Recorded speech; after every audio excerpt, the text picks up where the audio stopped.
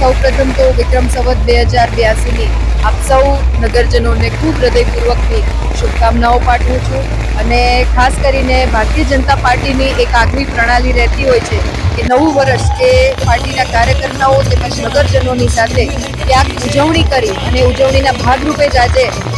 દિવાળીનું સ્નેહ મિલનનું કાર્યક્રમ રાખવામાં આવ્યો હતો, જેમાં સાથે સાથે વિધાનસભાના માધ્યમથી એક સન્માન સમારોહ પણ એનું પણ આયોજન કરવામાં આવ્યું હતું. ત્યારે હું ખૂબ હૃદયપૂર્વકની શુભકામના સહ હું ધન્યવાદ પાઠવું છું કે જે પ્રેમ, જે ઉત્સાહ અને જે ઉમંગથી સૌ કોઈએ મને આ નવી જવાબદારી માટે વધાવી છે એના માટે પણ આપ સૌનો ખૂબ ખૂબ આભાર માનું છું. આ ઉપરાંત શીર્ષ નેતૃત્વ એવા આપણા દેશના યશસ્વી પ્રધાનમંત્રી શ્રી નરેન્દ્રભાઈ મોદી સાહેબ, ગૃહપ્રધાન શ્રી અમિત શાહ સાહેબ, રાષ્ટ્રીય અધ્યક્ષ જેપી નડ્ડાજી તેમજ ગુજરાતના મૃદુ અને મક્કમ મુખ્યમંત્રી શ્રી ભૂપેન્દ્રભાઈ પટેલ સાહેબ,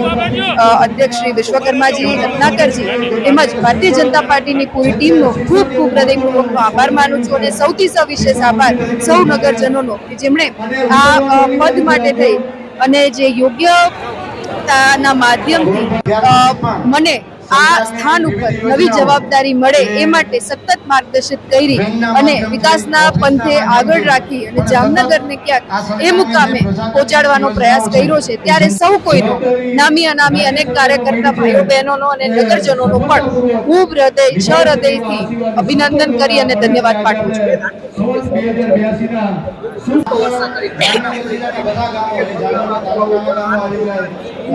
मैं खूब खूब आभार मानु छूं नगरजनोनी एक આગવી લાગણી અને જે જગ્યા ઉપરથી મારા હસબન્ડનો